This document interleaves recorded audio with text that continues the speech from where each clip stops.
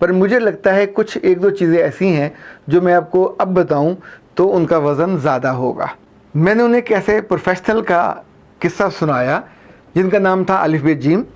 یہ میرے پاس تشریف لائے اور انہیں اپنی بیوی سے شکایت تھی کہ وہ میری محنت کی کمائی کو یوں ضائع کرتی ہے کہ جیسے اس کو پنجابی میں کہتے ہیں ہرک ہی نہیں ہوتا، بالکل لاپرواہی سے، بے نیازی سے۔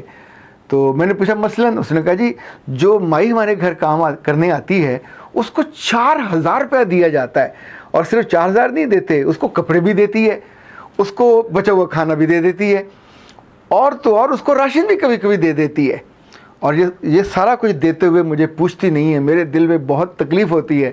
تو میں نے ان سے پوچھا بڑی معصومیت سے کہ آپ نے اتنا بڑا ظلم جو آپ کے ساتھ ہو رہا تھا اور اس قدر جو غدر مچا ہوا تھا آپ کے گھر میں، آپ نے اس کو کیسے کنٹرول کیا؟ ایسی ظالم خاتون کے آپ نے راہ میں کیا کیا روڑے کھڑے کیے؟ اس نے کہا جی میں نے اس عورت کو گھر میں داخل ہونا بین کر دیا، تو اب وہ نہیں آتی۔ تو بیوی سے میں نے کہا کہ تمہیں میں بتاتا ہوں کہ صفائی کیسے ہوتی ہے۔ تو اب پچھلے 2.5 ماہ سے پورے گھر کی صفائی میں خود کرتا ہوں، 1 گھنٹہ لگاتا ہوں اور گھر میں ایسے چمکاتا ہوں کہ مائی کا باپ بھی نہیں چمکا سکتا، نکریں صوفوں کے نیچے اور دائیں بائیں۔ تو میں نے کہا کہ جب یہ آپ صفائی کر رہے ہوتے ہیں تو اس وقت آپ کی بیوی کیا کر رہی ہوتی ہے؟ اس نے کہا وہ اس پہ چارپائی پہ بیٹھی ہوتی ہے، پاؤں نیچے لٹکا کے، اور میری طرف دیکھ کے وہ سر ہلا رہی ہوتی ہے، کبھی کبھی وہ یہ کرتی ہے۔ تو میں نے کہا کیا اسے آپ کی صفائی؟ اچھا میرا اب ہنسنے کو دل کر رہا تھا پر میں لحاظ کر جاتا ہوں، میرا اس وقت میں مسکرایا نہیں۔ میں نے کہا جب آپ اتنی بڑی قربانی دے رہے ہوتے ہو اور اپنے گھر کو لوٹنے سے بچا رہے ہوتے ہو تو بیوی کو تو مشکور ہو کے آپ کو 7 سلام کرنے چاہیے، بلکہ بہتر ہے اسے فرشی سلام کرنا چاہیے۔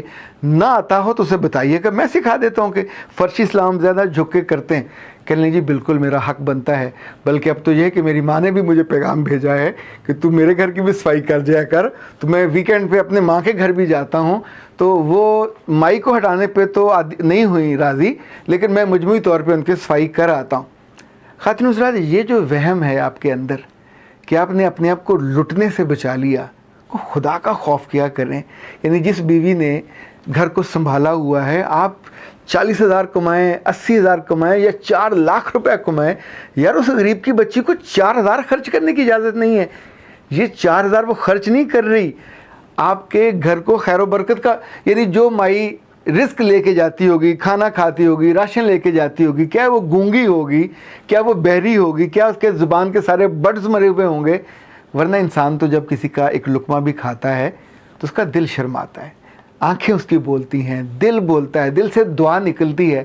آپ کو اپنی بیوی کو بک اپ کرنا چاہیے کہ ایک وہ مائی کیا، اس کے بچوں کو بھی کھانا کھلاؤ، کچھ اور بھی آپ کے ملنے والے آئیں تو ان کو بھی کھانا کھلاؤ۔ آپ الٹا یہ شکایت کر رہے ہیں، یعنی جو آپ کے گھر آنے کا، رزق لانے کا ذریعہ بن رہا ہے، آپ اس کو بند کر رہے ہیں۔ 4,000 جب آپ بند کرو گے تو جو اس عورت کا رزق تھا وہ بند ہو جائے گا، جو اس کے بچوں کا رزق تھا۔ یہ اللہ کا اپنا وعدہ ہے، یہ اس کا اپنا کہنا ہے کہ ہر انسان کے رزق میں اللہ نے کچھ معذور، کچھ مجبور اور کچھ بے سہارا لوگوں کا حصہ رکھا ہوتا ہے۔ یعنی یہ تو عقل مند لوگ وہ ہوتے ہیں جو ڈھونڈتے ہیں، کسی کو کوئی بے آسرا مل جائے، کسی کو کوئی آرفن، کوئی یتیم بچہ مل جائے، کسی کو اپنے خاندان میں کوئی بیوہ مل جائے، تو یہ وہ لوگ ہوتے ہیں کہ جنہیں رزق کا ایک پورا سلسلہ چین آپ کو بنا دینی چاہیے اور اپنی بیوی کے ذمہ لگانا چاہیے۔ میں کتنے ایسے پاکستانی لوگوں کو جانتا ہوں، میں سچ کہوں پاکستانی لوگ ہیرے ہیں، ہیرے دنیا بھر میں ہیں، کماتے ہیں، خرچ کرتے ہیں، پر کچھ ایسے بھی ہیں صرف اپنی ماؤں کو وہ 50 ہزار روپیہ بھیجتے ہیں، یہ کہہ کے کہ اماں یہ نہ تو چیریٹی کا ہے، نہ یہ زکوٰۃ کا ہے، نہ صدقات کا ہے، یہ آپ کو بھیج رہا ہوں تاکہ آپ اپنے عزا وقاروں میں سے دیکھ لو جو سفید پوش ہیں، جو ہاتھ دراز نہیں کرتے، آپ انہیں اپنے پاس بلا کے تو دھیرے سے ان کے ہاتھ پہ ہاتھ رکھ کے یہ دے دیا کرو۔ انفیکٹ وہ چالاک ہوتے ہیں، وہ اپنی ماں کے لیے دعائیں لیتے ہیں۔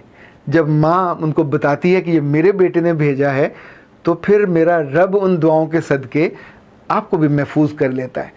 تو وہ سارے لوگ جو بہت سیانے ہیں، جو بہت وہمی ہیں، جو کراچی میں ہیں، جو لاہور میں ہیں، جو اسلام آباد میں ہیں، اے بھلے لوگو، تم اپنے سیانے پن کو ان بیویوں کی حماقتوں اور نادانیوں سے، ظاہر ہے تم بہت بڑے ہو، زیادہ کماتے ہو، پر یارو اتنی مہربانی تو کیا کرو ان کو ان 4,000 پہ نہ لڑا کرو.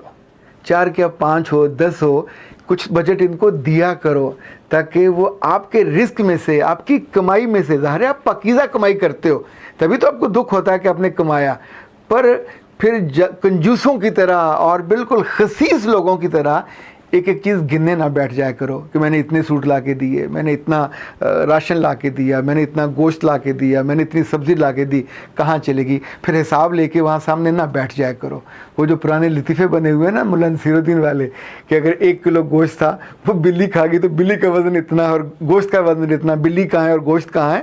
یہ زندگی ہے. لطیفے اپنے بارے میں مت بنوائیے کہ بیویاں آپ کی غیر موجودگی میں پھر آپ کے دوستوں کو اور اپنے عزیزوں کو بتائیں کہ ہم تو ایک بوٹی بھی ادھر ادھر نہیں کر سکتے, ایک لقمہ بھی آگے پیچھے نہیں کر سکتے, اور ہمارے گھر میں تو کسی مہمان کے لیے کھانے کی گنجائش ہی نہیں ہے. تو پیارے مہمانوں, تم بھی اس وقت آیا کرو جب کھانا نہ ہوا کرے تاکہ تمہیں میں پانی پہ ٹرخا دیا کروں. نہ کریں یہ. جب جب گھر میں آیا کریں اپنی بیویوں کو کچھ ایکسٹرا دیا کریں تاکہ آپ کی غیر موجودگی میں وہ اپنی ماں کو دیں, اپنے بہن بھائیوں پہ خرچ کریں, ان کو بلائیں, ان کو کھانا دیں. تو خرچ کس نے کیا؟ آپ کے گھر پہ ہوا نا. نیک نامی آپ کی ہوگی, عزت بھی آپ کی بڑھے گی. دنیا میں کسی خسیس اور کمینے آدمی کی کوئی عزت نہیں ہوتی, وہ چاہے جتنا مرضی دولت مند ہو. ایسے ایسے فیکٹریوں والوں کو میں بھی جانتا ہوں, آپ بھی جانتے ہوں گے, کہ جن کی خست کی وجہ سے ان کے ساتھ کام کرنے والے ان کے لیے کبھی ہاتھ نہیں اٹھاتے, ان کے لیے کبھی خوش گمانی سے اپنے رب سے آرزو نہیں کرتے کہ ان کا سایہ ہمارے سروں پہ قائم رکھ اور ان کے ہاتھ ایسے ہی دراز رہیں اور ہم پہ خرچ کرتے رہیں.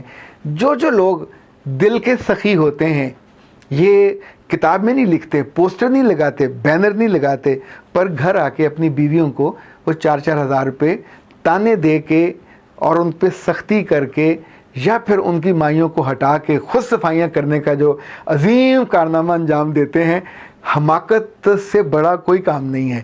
پر یہ تو اس سے بھی اعلیٰ درجے کا کام ہے. جو بیرون ملک والے ہیں چلیں ان پہ تو خیر ہے, وہ بیچارے خود مل جل کے کر لیتے ہیں, پر وہ اپنی بیویوں کو تنگ کرنے کے لیے نہیں کرتے.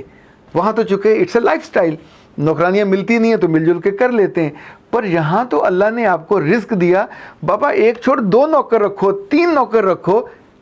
اس لیے نہیں کہ آپ کو سہولت ہوگی, اس لیے کہ 3 گھروں میں رزق جائے گا, 3 گھروں میں کھانا جائے گا, 3 گھروں سے دعائیں آئیں گی جو پیسے دے کے نہیں آتی, اس لحاظ سے اس ویا میڈیم سے زیادہ آسانی سے آتی ہیں. تو اے وہ سمجھدار لوگوں جن کو اپنی سمجھداری پہ بہت ناز ہے, یہ سمجھداری نہیں ہے, یہ خالص نادانی ہے, اور نادانی کے ساتھ نادان لوگ زندگی میں بہت ترقی نہیں کرتے. آئی وش کہ آپ اپنی نادانی کو مان لو اور پھر اس سے ایک قدم پیچھے ہٹ جاؤ. کچھ جگہوں پہ پیچھے ہٹنے میں بڑا بھلا ہوتا ہے, بچت ہو جاتی ہے. اختر عباس کو اجازت دیجیے. السلام علیکم.